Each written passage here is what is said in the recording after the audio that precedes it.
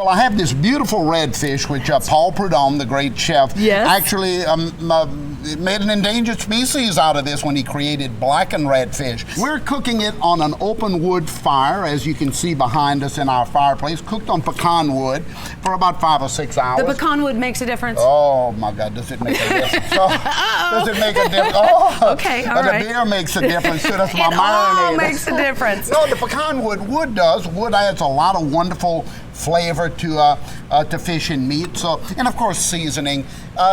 Use your own. I'm not particular about whether I'm going to use, as I am here, sage and thyme and tarragon and basil. You might want to add more rosemary because you come from that culture. Yes, that's right. Or you might want extra garlic because you have a little of that wonderful Spanish and Italian. Put it in there. Just pile it on. That's what it's all about. Good. You know, you want to make this your fish, not my fish. What's better than this fresh fish? Fresh. That's what we want. If you put it right over the fireplace and just add nothing to it but the smoke wood of the fire, it's going to be the most gorgeous fish you ever had. Okay. We're going to put a little bit fresh thyme. And again, remember, whatever you want, it doesn't matter. So now the fish, of course, we're going to come in and a little sea salt, a little pepper. All right. Now, you want to talk about the sauce. Once this cooks, it's going to take about 2.5 hours on the wood fire. In the oven? About an hour and 25, 30 minutes, depending on the size of the fish. Okay. And you can stuff it, too, if you want to do a nice shrimp stuffing, because I'm talking shrimp today. I have a lot of good Louisiana, that good wild-caught Louisiana shrimp. You're familiar with that? Yes. I would stuff this with shrimp. All right. And,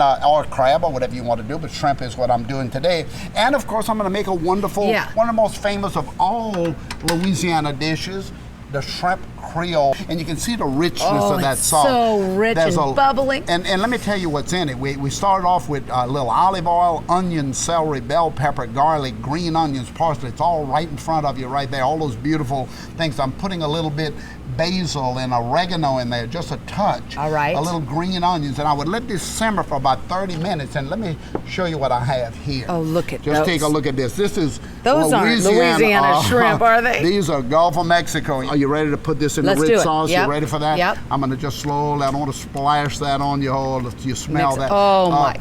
And look, this is a 25 count wild-caught Louisiana shrimp right out of our Gulf. And, of course, I'm going to add just a little seasoning to it. Hey, this just makes you smile, right? Makes you smile. Well, what happens? It kind of drag you out of the dining room when you see it. You know, no kidding. But just, I mean, look at the richness of that dish. It could go over pasta. It could go over the fish. It could go, over rice. Traditionally, we'll put it over rice as well. Yes. But I love to stuff this fish mixed with rice and shrimp into the fish. It's really a great accompaniment to this. Are you ready to go? I'm ready. You ready? I'm ready. Don't tell me you're ready if you're not ready. I'm ready. Let's go. Grab your bottle. All This is Louisiana local beer. All right, I'm ready. We have to baste the fish. Now, the way you do it, you hold your thumb and you shake it really good. Come on, baste the fish. What are you waiting for? Come on.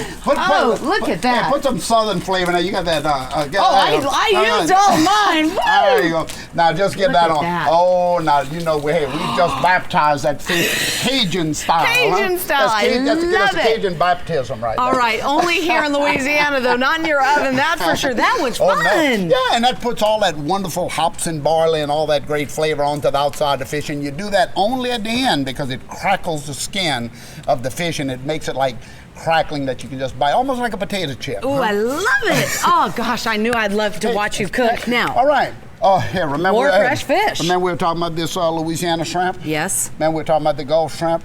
We have some nice, this is about a 25 count, which is really good for a starter course because this is almost like a finger food at the end of the day. I'm going to plate a couple of them up.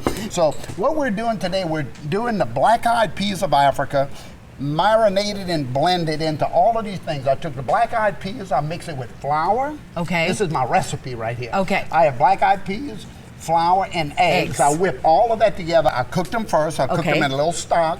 And once they were tender, I pureed them in my processor. Okay. And then I made a tempura batter, actually. The flour, the eggs, the beer, the garlic, the Trinity, all of that's in there. Here. Okay. Hey, there's nothing missing here. Nothing missing. Now, we're using a vegetable oil. People say, can you use olive oil? Yes, you can, but of course, that's an ingredient. So we have a good vegetable oil, whether it's a corn oil or whether it's it doesn't really matter, whatever your choice is. You want to get an oil with a good smoke point. And what I've done is to devein the shrimp, but I left the head on and the tail. You see the little tail flipper. Tell me you eat the heads. Oh, absolutely. If you don't suck the heads, I mean, you need to move to Mississippi. Huh? You have to suck the heads, crawfish crab. Gotta do it. Oh, yeah, go move across the state line. All right, okay. You'll stick out in a big way if you don't suck heads here. Really? Yeah. Secret. Secret. So now what we're going to do, the oil is at 375 degrees. Right. So here's the tempura batter. You see I'm battering just the tail of the shrimp. You see that? Yes. And I'm going all the way down. I'm leaving the head uncoated. All right. And I'm going to go down very slowly into the oil and drop it in there. Now, take a look at this. As the black-eyed peas start to cook, right, and the tempura starts to solidify on the outside, you notice how the heads of the shrimp, I want to just show you. It's turning orange. Yeah, look at the colors coming out. Turning orange really nice there. So I'm going to put that bite down into it. And you want it to fry until it gets nice and crispy. And then, of course, you put 2 or 3 of those on a plate with a little tartar sauce, remoulade sauce, red or white remoulade. Cool. Well, we have the shrimp Creole with that great Louisiana Gulf shrimp, all nice and simmering. We put a little bit fresh herbs in it. Right. Our fish, our beautiful masterpiece here, which, by the way, try this in your oven. I'll go back home and say, I need a fireplace. If you have a fireplace, you have that wood smoke, but you know. You can do it in the oven. Absolutely. Do it in the oven. And of course, for the holidays, uniqueness and special things and centerpieces that wow folks and make them think you really care about them during the time of year when it's sharing and all of those wonderful things. That's what it's all about. Well, so, if you want your kids to come back from college and come back, and if you miss your kids, you cook like this. Yeah, and those who don't, just find it or something, you know. Exactly. All right, this is gorgeous. It came out perfect. Okay. Oh, and I get some of those beautiful shrimp. What, am I putting it right on top? Right. Just to leave a portion of the shrimp. I always tell my young chef students that the best thing to do is to make sure that the guest knows what's under that sauce, but make sure we have enough of the sauce. That's beautiful. Absolutely fantastic.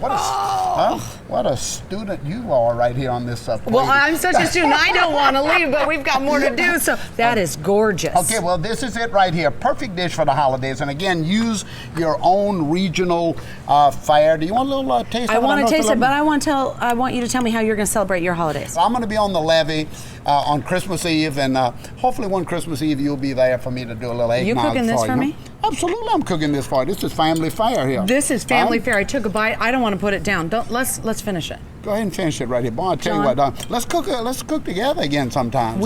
That's a guarantee. I guarantee you're not going to find a better spot. I love it. Thank you, John, for everything. Thank you so much. You learned a lot, so did I, and I'm going to finish this plate. It's that good. We'll be back. Hey, happy holidays.